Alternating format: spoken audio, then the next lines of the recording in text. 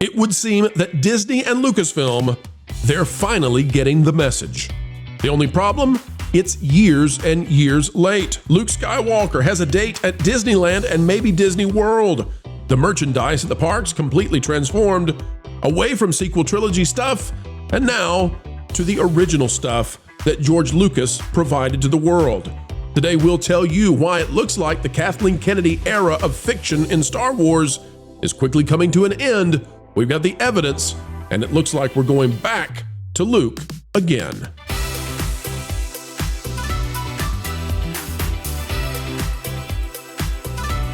Hello, ladies and gentlemen. It is a pleasure and honor. And folks, we are so happy to share with you the good news, despite the fact that it's probably too late and Disney will still lose. That is, well, after a decade of absolute suckage from Lucasfilm, they're finally economically forced, perhaps, to switch back to Luke Skywalker, Princess Leia, Han Solo, and more. We have the evidence. There are no rumors, no speculation. No, folks, we have the proof and the pudding. And let's get started. You click the like button. Here we go.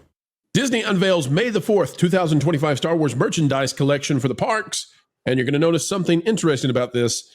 It says Disney has revealed the full May the 4th Be With You 2025 merchandise collection launching in Disney parks on May 4th and online at disneystore.com starting April 4th at 8 a.m. Pacific time. The lineup features limited edition apparel, accessories, and collectibles celebrating Star Wars Day. All right, folks, pay close attention to this because at Galaxy's Edge in the Disney parks, what characters are there? The sequel trilogy characters. Rey. Well, not John Boyega's Finn. Sorry, John. But you've got Kylo Ren. You've got all the characters from the sequel trilogy. You don't have the original characters except for Chewbacca, right? No R2, no C-3PO. They're starting to change that. Look at the merchandise here. May the 4th, what do we got? We got Darth Vader on both shirts with Luke in the bottom, okay? It says, May the 4th be with you, 2025, crew and tea, yada, yada, yada. All right, who's that? Oh, we got another one. Luke and Darth. We got Darth. Same thing. Luke and Darth. Keep on going down. It's R2 and C-3PO on a hat. Okay, keep going. What do we got here? Darth again. Got the same thing again. May the 4th be with you. The blue and red lightsabers. That's Luke and Darth Vader. All right, all right, all right, all right, all right. Oh my gosh, that's the merch. Not a single reference whatsoever to the sequel trilogy. No reference to anything in the rides. Not even a reference to Mando and the Mando babies. Instead, it is all original trilogy stuff. And guys, I'm starting to think that Disney has had enough with the sequel trilogy. Lou, I'll go to you. They might believe in it. They might swear that they'll never change it. They'll never retcon it. But here's the deal. It's gone away from the Disney parks and they're moving back to, well, the stuff that George made, not the stuff that Kathy did. Well, they'd like to actually sell something. See, I was watching Valiant night before last night, whenever it was, and he said that they've made a grand total of $2 million on Snow White merch. 2 million, only two. I guess they want to sell something again. Somebody there said, I think we should make stuff people want to buy. Of course, the question is, if people know that there's no presence of the original folks anywhere in that land, do they even bother to go in there and see this to buy it? Well, funny you should say so, Lou, because guess what? That is a changing too. Folks, here is video of someone trying to play the part of Luke Skywalker. It's an effort. It's an effort. I would say they should put him back in the white farm boy stuff simply because that's more iconic. Yeah. But here it is, and I think the reason he's in black is because he is the Mandalorian version of Luke Skywalker. Before we play this, I want to give shout out Five Fires. Five Fires is the person hosting this. Don't want to do it without giving credit where credit is due. Here's the video, and then we'll get more weigh in from the panel. Wow. Luke Skywalker in Galaxy's Edge. Dude, look at this crowd. Oh, that's weird, Culture. I thought that didn't happen in Disneyland, as you told me on that park place. I'm just going to hold here. Strange. I'm just going to hold here. Guys, girls, I think this character is popular. I think what they've done to him is a disaster. I think they need to go back to heroic Luke, and I think this happens to Star Wars immediately. Kathy needs to go. Don't ever let what's his name? Round-headed Ryan Johnson ever get his hands on anything again. And Dave Filoni, I don't trust him, but Luke's where it's at. He's the Batman of the Batman franchise. They can't make anything beyond Luke. Go back to Luke and make him a hero. But when you dress him like that, are there people in the crowd saying, "Is that Luke, or isn't that Luke, or is that the old Luke, or is that?" I mean, or you is don't want that, or is questions. that Mon Mothma dressed in a black robe? Yeah, you don't want it to be questioned. You want it to just be recognized. And look, the fact that I don't think you can argue that looks like Luke. So it looks like a guy with no arms, so maybe that's a subtle reference. What he looks like a guy in a Luke. All right, what he looks. He's also a little on the young side. Luke is supposed to be an adult, and this kid looks like he's 15 years old. I'm sure he's of whatever age it takes to act out there. And what he looks like, notwithstanding, guys, they're like the point here is that this is a massive turnout. The kind of passion that you have not seen out of Star Wars fans till, when was the last time? When Luke Skywalker showed up at the end of season 2 of The Mandalorian, because Luke Skywalker is Star Wars. There were 3 movies about Luke Skywalker, and then there were another 3 movies where the entire buildup and climax of them was the birth of Luke Skywalker. He is Star Wars. There's no period end. The fact that they ever thought they could move away from him and replace him with some stunning and brave nonsense character is insulting. It'd be like trying to do I don't know the Pink Panther without the Pink Panther in it. I don't know why that was the first thing that came into my mind. They are having people meet with Luke. Okay, let's go to this now. Okay, we're gonna get this. This is from Coffee with Kenobi with Don Zier, and kudos to him. All right, so here's the meet and greet. Here's what it's like meeting, and it looks to me like they've got one guy. They've just got one guy playing the part of Luke, and I don't want to debate his visage here, but everybody can have their own opinions about it. But here's the meet and greet. Photos, no interviews.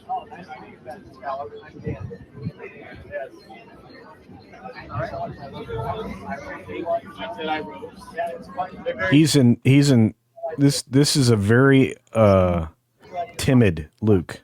I would say it's nice to see that Ezra Miller got work again. And polite. He's in retreat mode. He is backed off 4 full steps. Well, he's faced some very deodorant challenge guests that day. Maybe may the soy be with you.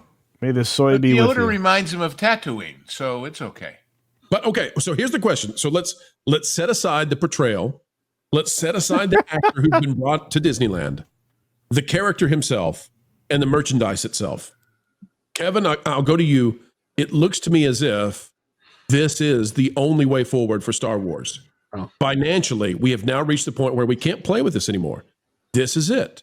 This is the character that drives crowds, even when poorly portrayed. Yep.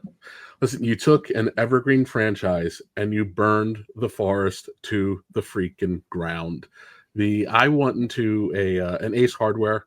So if you're a toy collector, you know that to find some hard to find figures, you have to go to some places that just have toys like a Walgreens or like a Service Merchandise when that was around back in the day.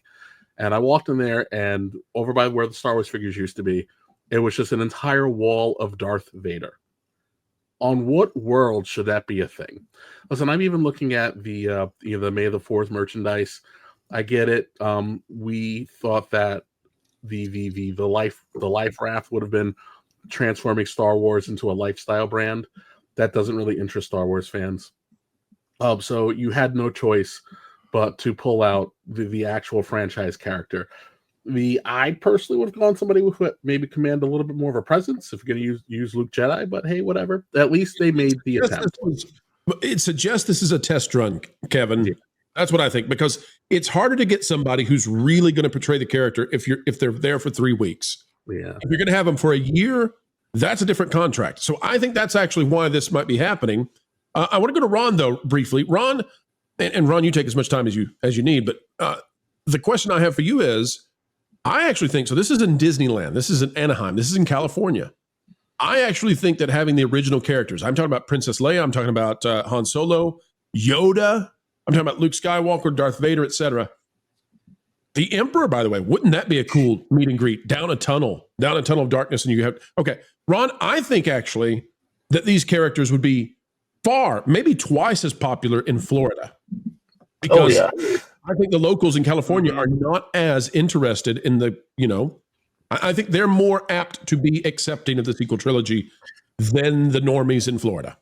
I tell you, well, what we really, really miss here is Star Wars weekends. I mean, I can't even begin to tell you how much I miss Star Wars weekends. I was at the very last one. I believe it was 2015 Star Wars weekends before The Force Awakens came out, because they came out in December, right? So Mark Hamill was there. They had Anthony Daniels was there. Warwick Davis was there. I mean, it was so much more Star Wars presence on Star Wars weekends than Galaxy's Edge has ever given us. By the way, during Star Wars weekends, you saw the Emperor, you saw Luke Skywalker, you saw Princess Leia. All of the characters were there. Star Wars weekends were freaking phenomenal. I got to be in the parade with my son because a cast member came by and saw that my son was dressed as a Jedi. He's my older son now, and he's in his 20s now. I think he was 12 back then, but it was so cool. If you told me then what was going to happen to Star Wars now, I would never have believed you. I could not have believed that the Star Wars franchise could have been killed the way that it has. It was absolutely incredible. Now, I think, and I'll be honest with you, I think they could put old Luke Skywalker in Galaxy's Edge and have his beard dripping with green milk, and he'd still be more popular than Rey. Well, only for therapy sessions, Ron. Fans would come up and hug him and say, "I'm so sorry for what they did to you." Exactly. But it's like you go. That's the weirdest part of Galaxy's Edge. Galaxy's Edge does not feel populated. I am sorry. They tried to do this thing where they made every cast member working in Galaxy's Edge feel like part of the community. They do not. They feel like Disney cast members. I am sorry to say that is the case, but I cannot go in there and I try to even interact with them, and they don't seem to care anymore. A lot of them just don't even seem to. You try to be fun and you try to play the role, and you're like, "Hey, Bright Suns," and they're like, "Yeah, what?" It's just not. Well, it's too hot in Florida to interact with the guests on a personal basis. Don't you understand? It's just I want so badly for Galaxy's Edge to be a really cool thing, and I know obviously they're gonna have to spend more money to do it. It's possible, but it's so disappointing that. On two fronts. One, they didn't give us the Star Wars that we wanted with Galaxy's Edge. And two, they took away a lot of beloved places in Hollywood studios in order to do it. And it breaks my heart every time I go in there. And the only thing I like are the ribs sometimes. Sometimes they're too dry. The good news is they've learned all their lessons, and they're definitely going to keep the stuff we love going forward. Muppet Vision will... wait a minute. Yep, they're tearing down the Muppet Theater. Just got that news in. They have learned absolutely nothing. All right, panel. One thing they might be learning is that they can't sell the merchandise. Lou's exactly right. They can't sell the sequel trilogy merchandise. And I would suggest they can't sell the sequel trilogy spinoffs, either on streaming or on movies. I think it's done. I think it's over. And they got to go back to the OG. The problem is they destroyed the OG with the sequel. So I don't know what they're going to do. But panel, what say you? Final word on this one. What do you think's happening? And is this a sign that we're wrapping up the Kathleen Kennedy era of Star Wars? I have been going to Galaxy's Edge since it opened in Walt Disney World. I have seen it at its busiest when hype was at its highest. There was never anything remotely like this from opening day when Rey was walking around. It was, people just see her and they're like, "Oh, yeah, there you are." Or they try to tell the stormtroopers where she's hiding. That's about it. She's over there. Get her. There was one time when she was by the Millennium Falcon and I saw. I have done that. I'm like right there. There was a famous incident with Menshula Rickless, who was I have done that. Yes. who was married to Pia Zadora. And Pia Zadora, he put up in a stage production of The Diary of Anne Frank. And the joke was that she was so bad, the audience jumped up and yelled, "She's hiding in the closet."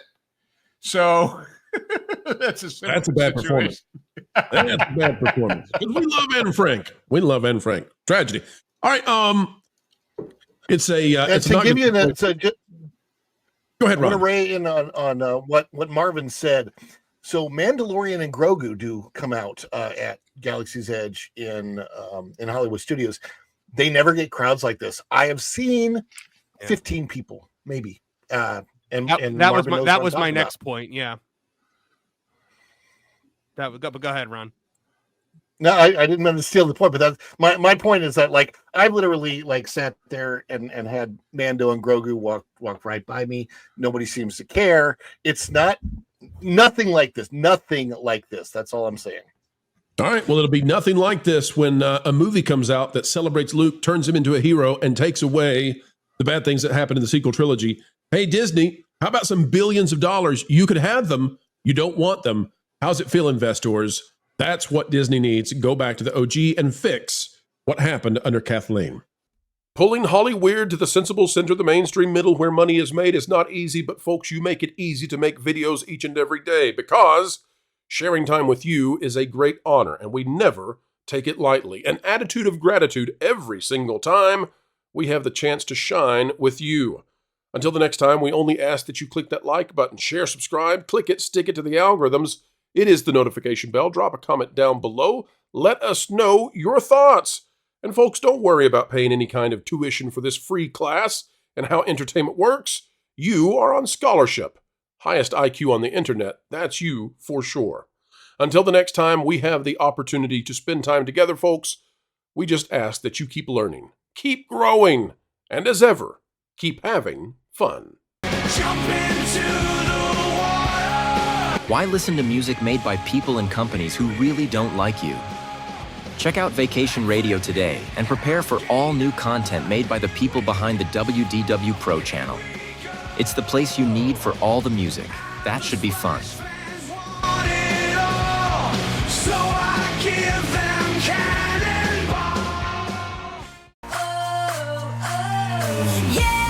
Hundreds of songs, every genre you can imagine. Listen live on YouTube and enjoy a set list that's always sunny. It's Vacation Radio.